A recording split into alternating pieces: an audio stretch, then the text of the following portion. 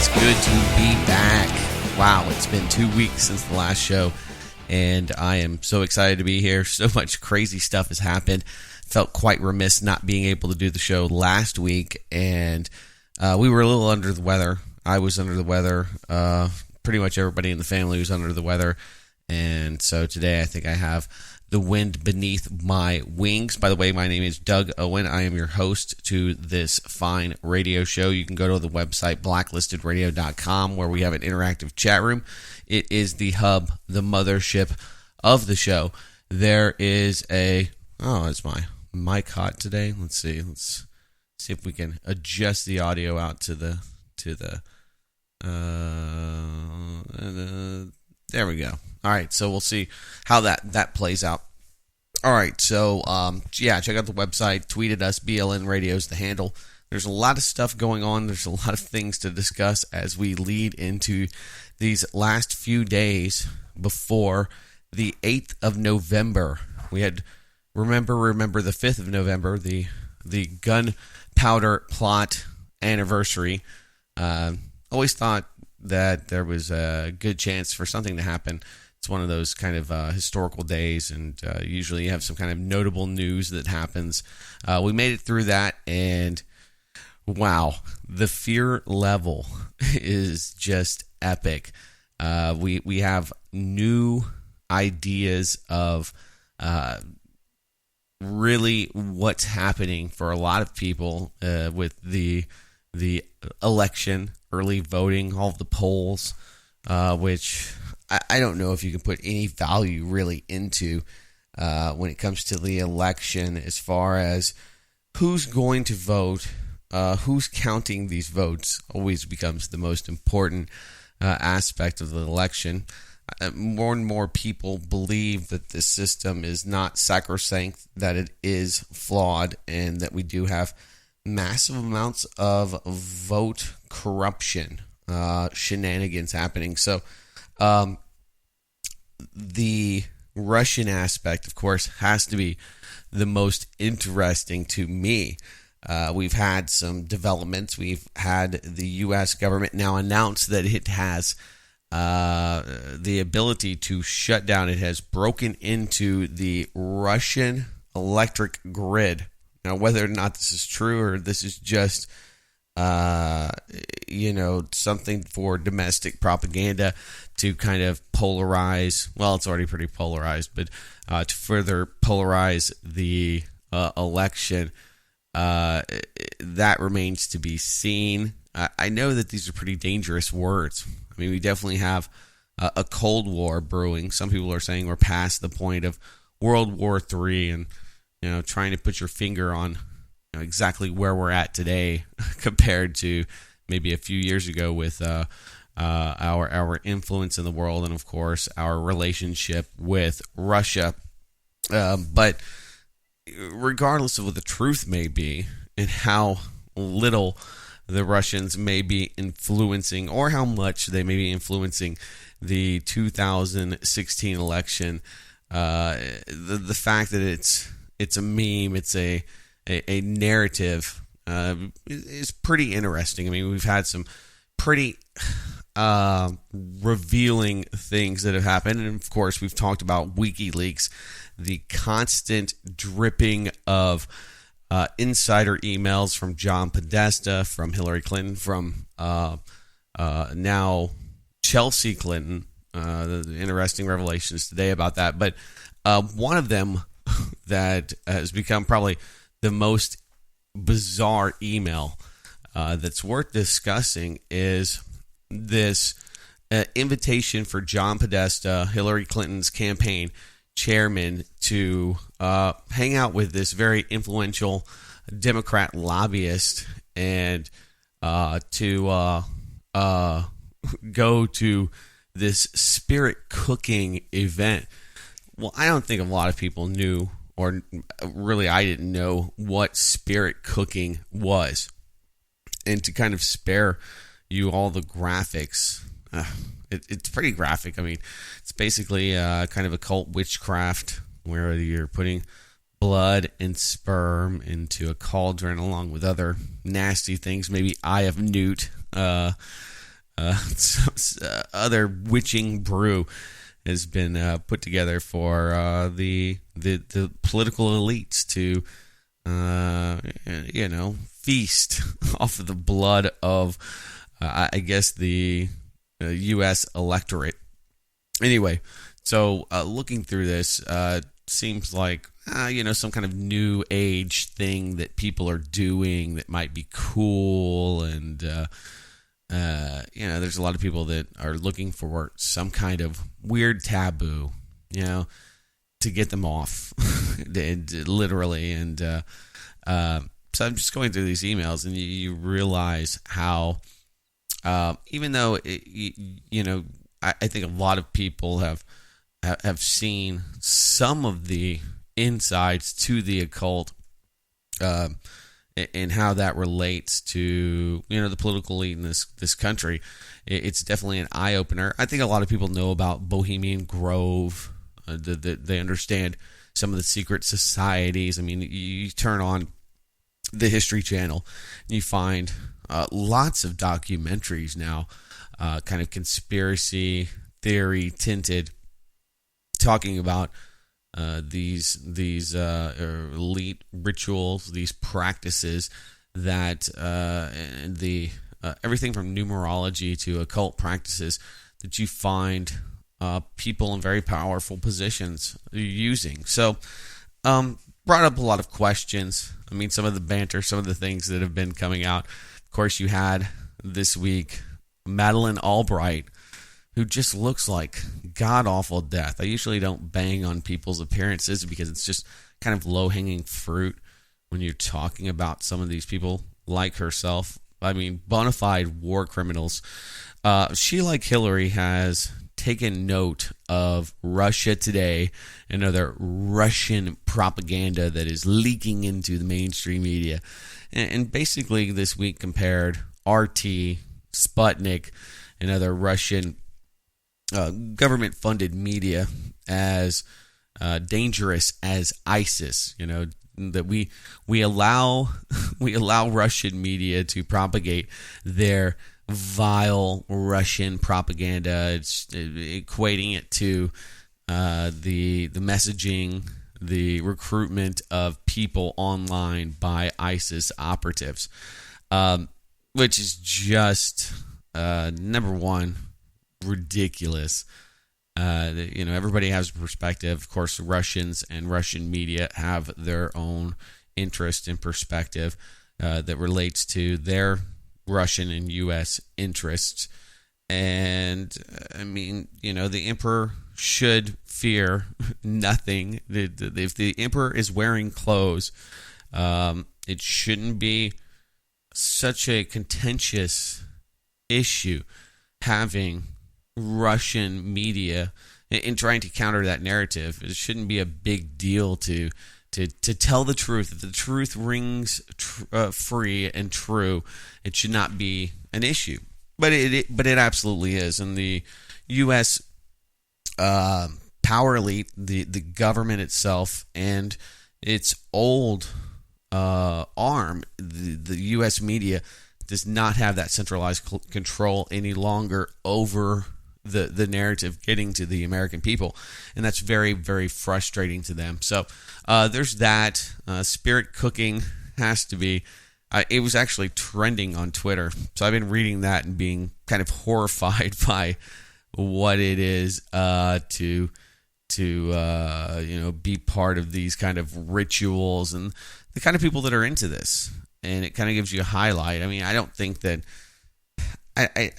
I'm not as conspiratorial minded, I guess, as some. I guess I've kind of jumped off of the Satan worshippers run it all. When you see stuff like this and you start reading it, you're like, maybe not. Of course, the most interesting and revealing beyond that email is the fact that Hillary Clinton is funded directly from the same people that fund ISIS terrorists, primarily Qatar and Saudi Arabian officials that have been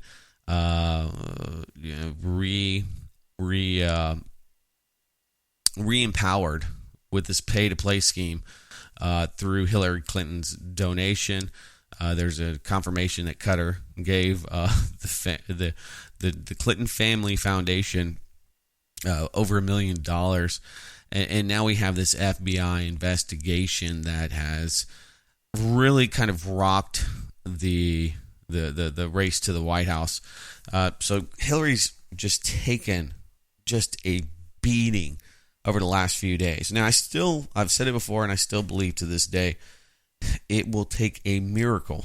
It will take people within the deep state itself to disqualify Hillary Clinton in this election. And I'm still of the mindset that it's just unfathomable to me that a lot of these people, the establishment, if you will, Republicans and Democrats, and that whole political system would allow somebody like Donald Trump to actually become president of the United States. It's still hard for me to believe that it's not, the cards are not in play for Hillary Clinton. I mean, she said last week in a leaked interview that it was a shame the Palestinians, that we let the Palestinians have an election without determining the outcome. So when we talk about rigged elections, I mean, that's what she's talking about openly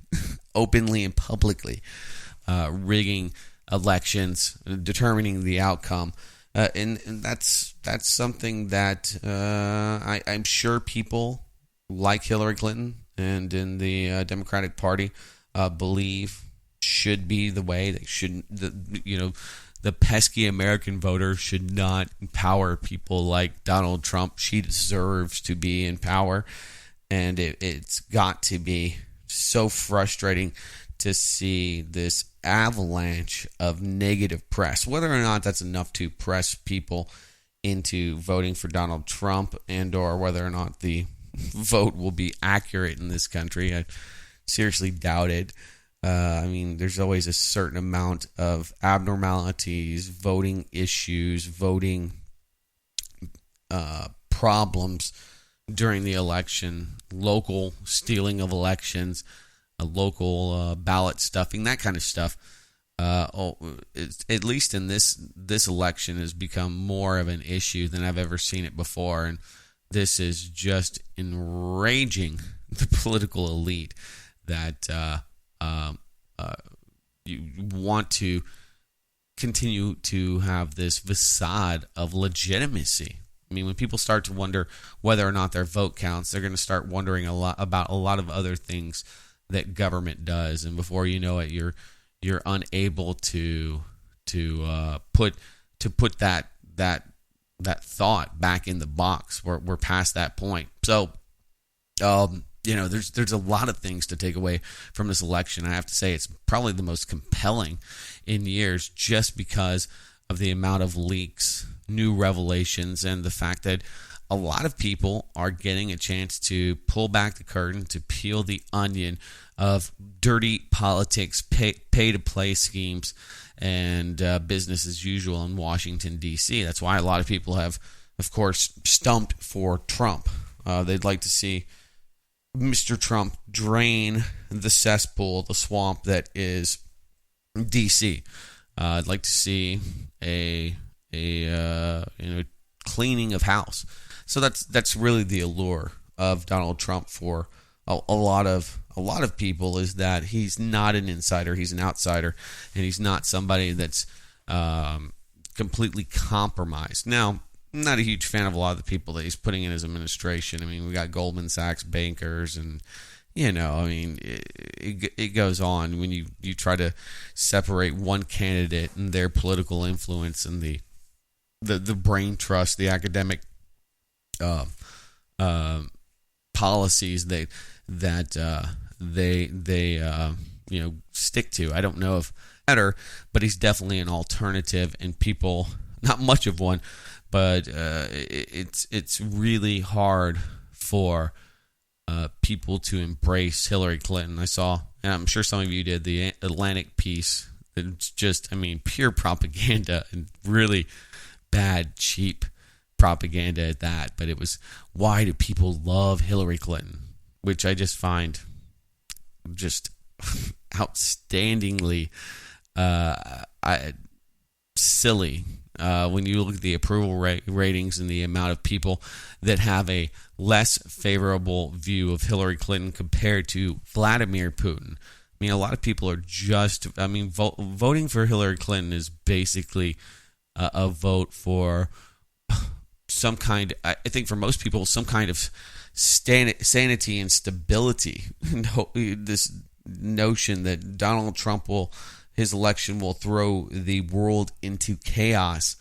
I think that's what a lot of people seem to be clinging to. So there's definitely a lot of questions. It's become pretty must-see TV. And I know, like many of you, I almost feel like it would be just great to get past this point between this circus that is modern day politics, and then figure out who the new target is, who the new target will be, the next president of the United States that will be to blame for, I would say, the inevitable issues and problems that Americans and people of the world will face in the next 4 years. I don't know if there's anybody that's going to come into office in modern times that's going to have more on their plate than either the Republican or the Democratic nominee for the next 4 years. When you look at the bond markets, when you look at the potential, even the cycles that surround economic up and down swings, the next 4 years, it will be nothing short of a miracle if the economy can continue to be manufactured, and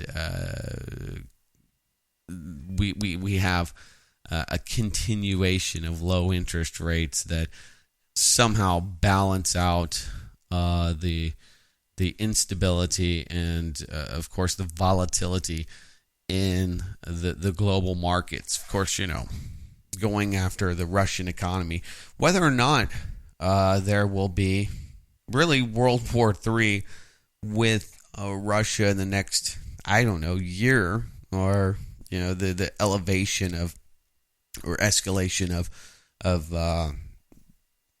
violence and proxy wars that are playing out in the Middle East. I mean, where that goes from here will be really interesting, especially under a Hillary Clinton presidency.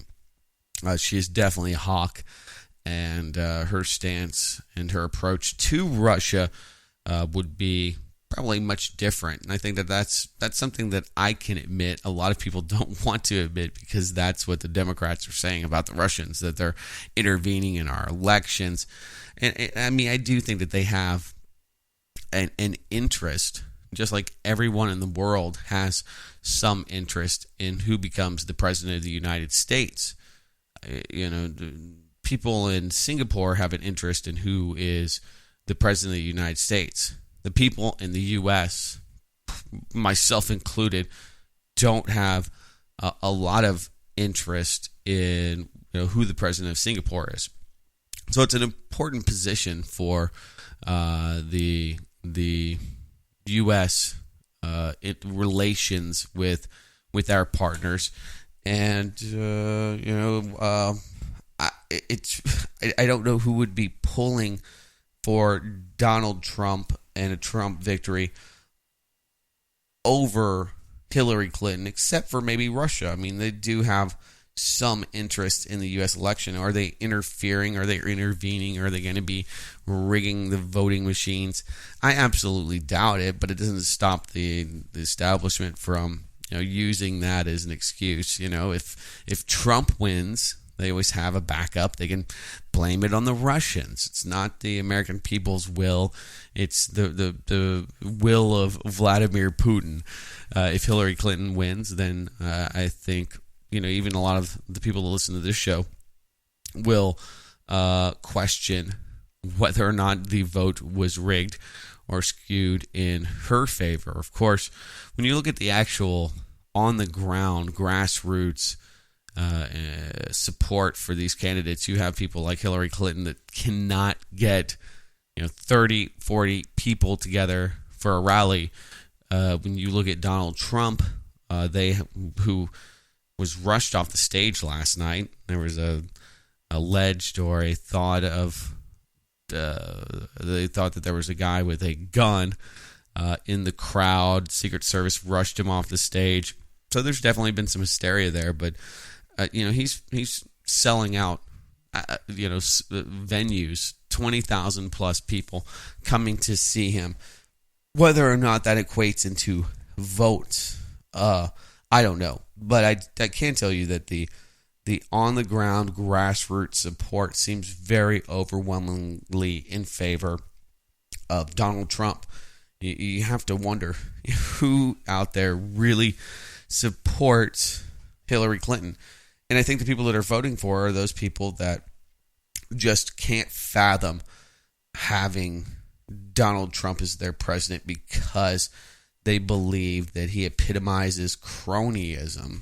It's something that they've been able to really hammer in on, that he's unelectable, that he's disrespectful, he says mean things. I mean, I don't know if you have been watching a lot of these commercials that are coming on pro and against Donald Trump and Hillary Clinton, but the ones that Hillary Clinton has that are anti-Trump are really all just attacks on the man's personal character and things that he said in off-cuff, comments on people like Rosie O'Donnell,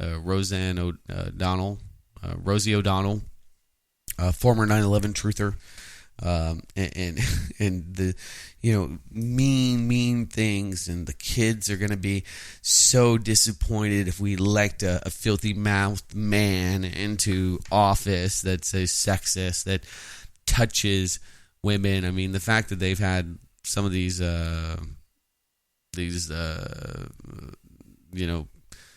parties, if you will, or these campaign parties, with the opening of Hillary Clinton with that that former Miss USA from Venezuela, Camacho, I think her name is. When you're finding women that have been allegedly touched and or had nasty things said to them by Donald Trump, as that I mean, that's your go-to. That's what you can hang your hat on. That's the message you're putting out there is, well, at least I'm a nicer person. I don't say such mean things on mic. It's really kind of bankrupt, and that's what I kind of find so comical, is that we have this complete disconnect here on planet Earth with what really matters. People are not having any kind of discourse, any kind of meaningful discourse over real policies, energy policies, financial policies. That has been completely lacking from any discussion. It's a huge disservice to the American people, the fact that we're just mucking around in the gutter when it comes to both candidates, and that we have a presidential election where out of 320 million qualified Americans, these are the only two people that we have a choice to elect. Of course, politics is heating up in schools across the nation. If you hadn't seen this article, it's a highlight. It's a highlight of what can happen when you have nasty, mean, horrible things to say about a presidential candidate. There's this Florida teen that was suspended from his high school for wearing a Hillary for President T-shirt. So Hillary for Prison T-shirt. And yeah, I guess it's not nice. It's not it's it's somewhat mean-spirited to wish for Hillary Clinton to go to prison in the minds of some. I mean, most of the people listening to the show probably own one. I think they're great. Yeah, I think that really it's jarring, and it gets people either laughing and or in a discussion, or it sparks a conversation. It gets people interested, whether or not it angers some. I'm sure it does, especially diehard supporters. But regardless, the bumper stickers, the signs in the front yards, the silly shirts out there that people wear for their political candidate or against one of their political candidates. Lighten up. It shouldn't be. We shouldn't want a Gestapo, a Stasi in place in this country. We want free expression, and if you can't allow kids to express their own political beliefs on their T-shirts, what kind of message are we sending to those kids? Telling them that they should embrace freedom of speech, but they're not allowed to have said freedom of speech. It's really disturbing, and you see how people are just so offended that you would have a counter opinion to their own, that they would want you to not have your voice, that you would not be able to express your political views. And that is just sad. It really is. I mean, if people, I see them on the boards talking about how, this is disruptive to classes and this sends a horrible message. You can't talk about putting a president in prison. The mindset's there. I mean, this whole week we've been hearing about how there's foreign influence in the U.S. elections, how WikiLeaks has been weaponized. It's a Russian propaganda tool to undermine the sanctity of the elections. I mean, I haven't even mentioned James Comey and the reopening of the case into Wienergate. First it was Pussygate, now we have Wienergate, and now we have the long unknown, and that is what it is that may or may not be the smoking gun in the Hillary emails. So we're going to talk about that a little bit. If you haven't seen Steve Piesniak's presentation on the deep state and the FBI working in collusion against Hillary Clinton, we'll talk about it on the other side. Lots coming your way. You can be part of it. 800-313-9443 on the text line. 512-222-3067. It's Blacklisted Radio.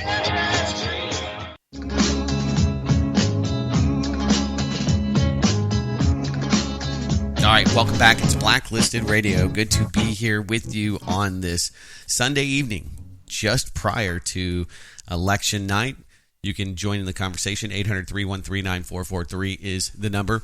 So, most of you have probably seen this presentation by the former Deputy Assistant Secretary of State, Dr. Steve Piesniak. He made this really profound statement. The video has been, I don't know, I saw it up over 100,000 views. He has two videos out. Basically, this guy has a pretty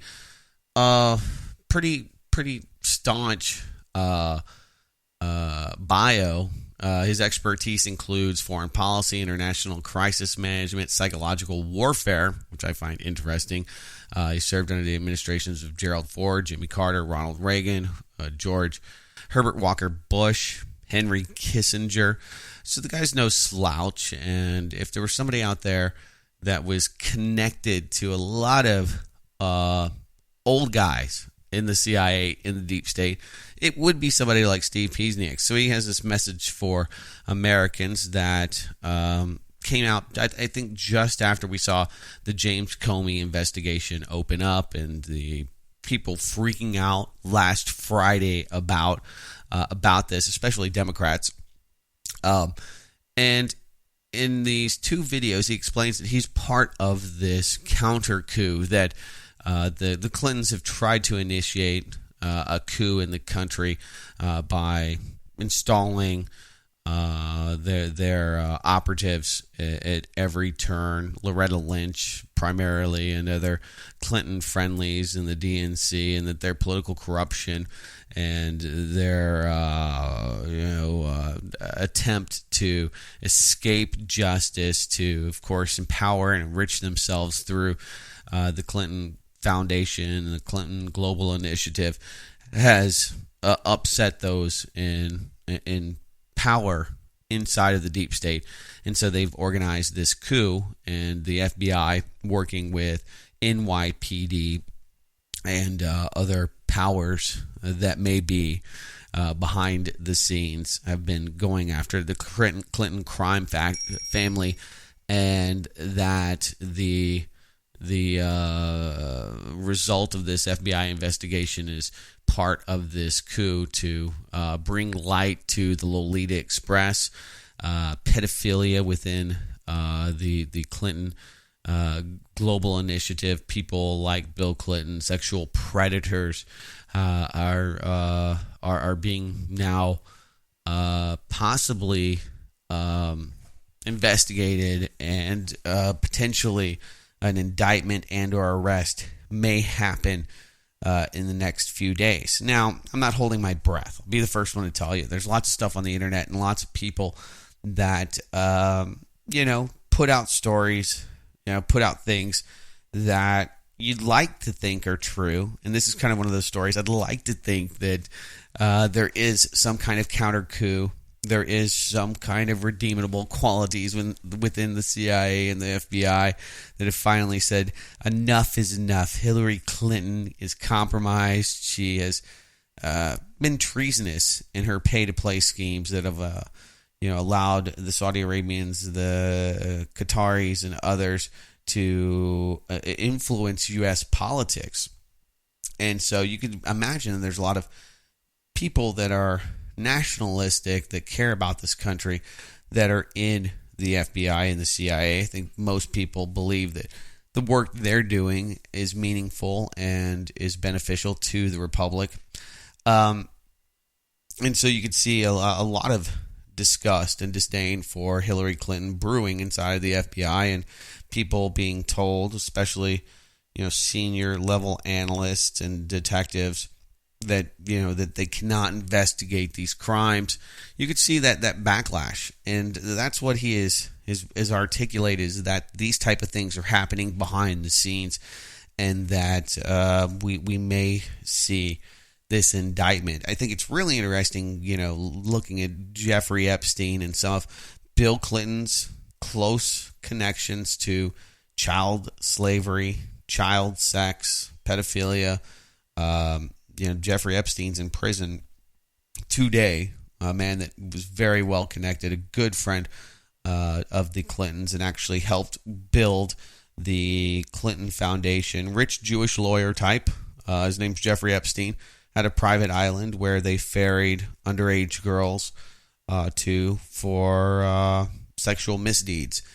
And so this is becoming, Donald Trump has even mentioned it. A lot of the people in the media, Joe Scarborough said it's one of the big things that people in media are talking about behind the scenes. And so I don't know if I don't know if there's any validity to these statements, but they seem to make sense. And I know a lot of people are hoping that what Steve Piesniak is saying is true, that there is this counterweight. A Daily Fury actually had a very interesting post about coup or counter coup. Where's the name of it? Countering Hillary's coup with a counter coup or not.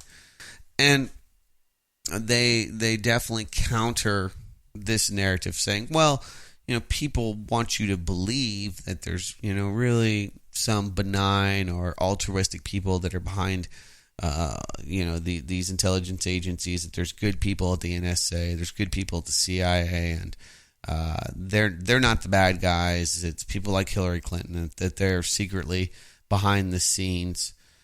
It's pretty scary really, if you think about that there are those kind of people that, are so powerful that they're kingmakers, that they can make or break a presidential candidate, but that they would be doing it for the good of the people, the good of the republic. So this coming from Daily Bell. Is it possible that the recent counter coup announced by Steve Piesniak, a former official in numerous Republican administrations, is actually part of a much larger dominant social theme designed to reinforce positive perceptions regarding the most secretive and powerful government agencies? And I think, if you listen to Steve Piesniak, you're like, wow, there's some good guys that are doing things behind the scenes. So is this part of that perception? Anyway, Global Research had a very interesting video presentation by Steve Piesniak. He has served as a foreign policy expert at the aforementioned Gerald Ford, Jimmy Carter, and Ronald Reagan administrations. According to him, Hillary and Bill Clinton are attempting a takeover of the United States and will stop at nothing. A coup d'etat of this magnitude has never been affected in such a subtle, calculated way. Piesniak goes on to explain how the CIA, FBI, Pentagon, and other military-industrial agencies have gotten together silently to coup or counter-coup Hillary Clinton. So, we can speculate as to how legitimate this is. Does he have real sources, or is this just a way to garner attention to get tens of thousands, if not hundreds of thousands, of clicks on YouTube? There could be a financial interest, but I find it interesting for sure. People ask me, what do you make of this? And I always revert back to most things don't live up to the hype. Most things that you find on the internet that are rumor milling or unconfirmed news sources, unconfirmed sources, people deep inside the state have told me this. Most of those things don't come to fruition. Most of those kind of storylines are fabricated. Whether or not this is or not remains to be seen.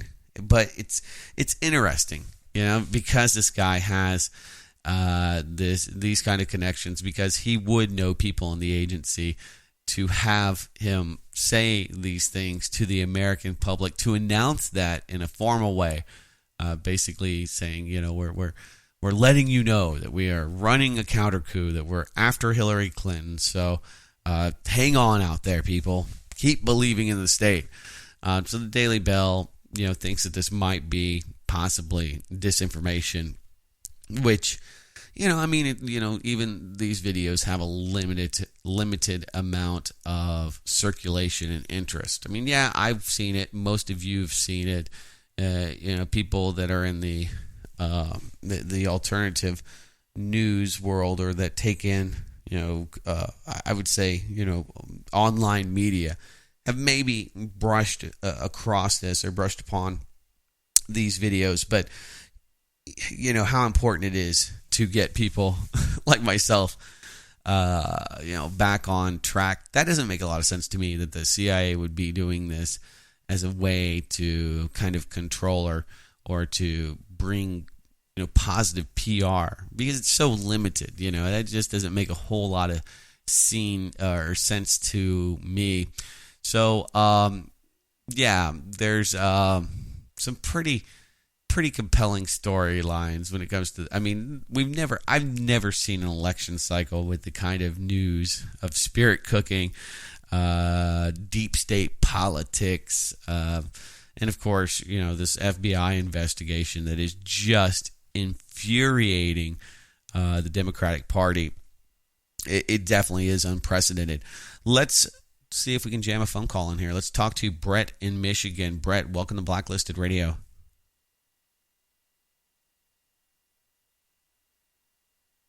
Hello, Brett. Yeah. Hello, Brett. Hey, how you doing there? Good, sir. So, I don't believe this Steve Piesniak, right? Right. Piesniak. I'm not sure how you say it, but yeah. Would be the quintessential psychiatric psyop, snow job dude, for the company. Okay, I mean, here you got a coup d'état on JFK because JFK had moved against Israel's research and development of nuclear weapons. He was in the process of printing, I'm pretty sure, silver certificates backed by silver dollars. There wouldn't have been a Vietnam War. There wouldn't have been an escalation. He had already wrote a memorandum of understanding to pull out everybody by the end of 1964. Okay, so Pechenik wants to forget recent history. Pechenik also wants to forget that apparently on RT, it was released a Russian intel intercept of U.S. State Department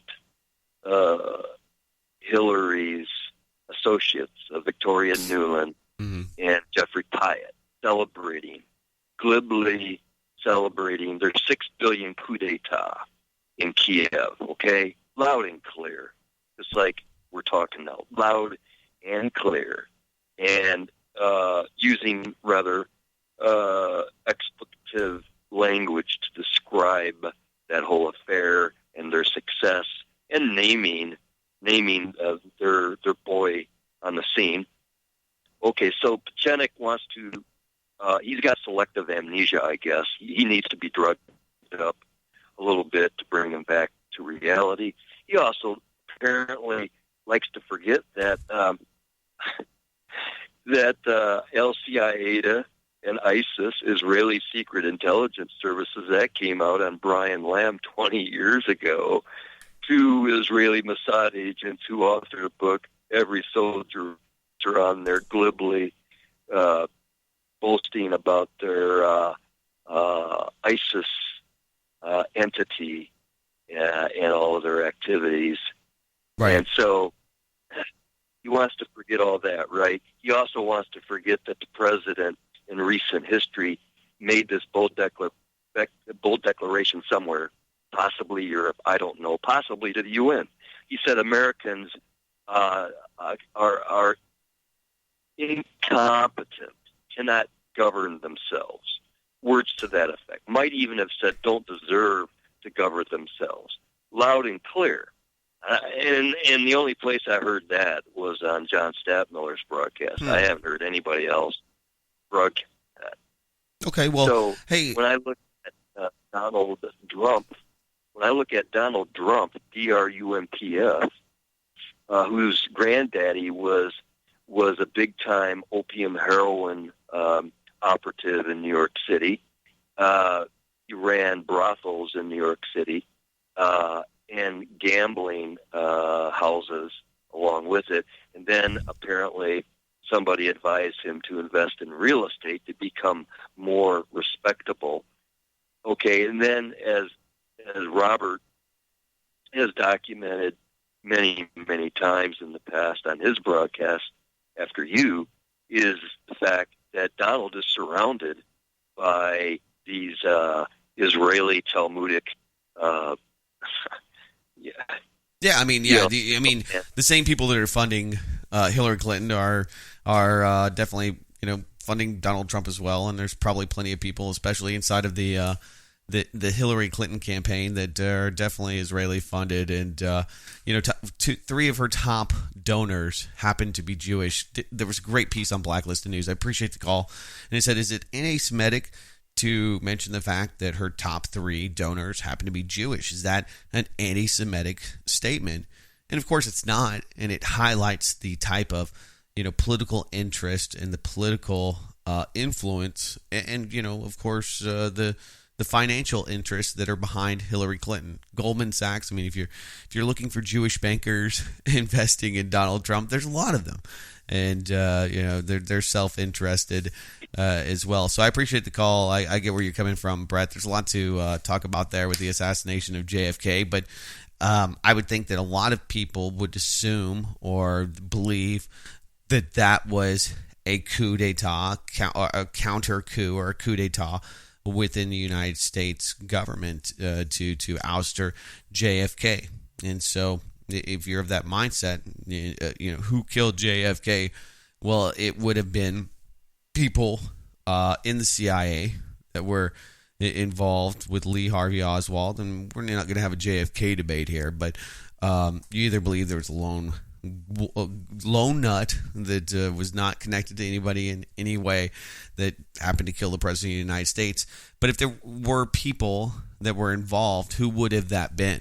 And so, yeah, I do think that there is a little bit of a short-term memory loss as to, I don't know. I mean, it does highlight who really controls the United States of America. Intelligence agents inside of the CIA and very powerful people in the deep state, the military-industrial complex, still garner a lot of power. So it's an interesting thought for sure, and I happen to be leaning towards Brett's thought on Mr. Piesniak. More calls on the other side. Final segment coming up. We're going to go to Andy in Texas, Frank in New York, in North Carolina, and possibly you. So stay tuned. All right, welcome back to Blacklisted Radio. Final segment here on the show, and we're trucking through. The show has flown by.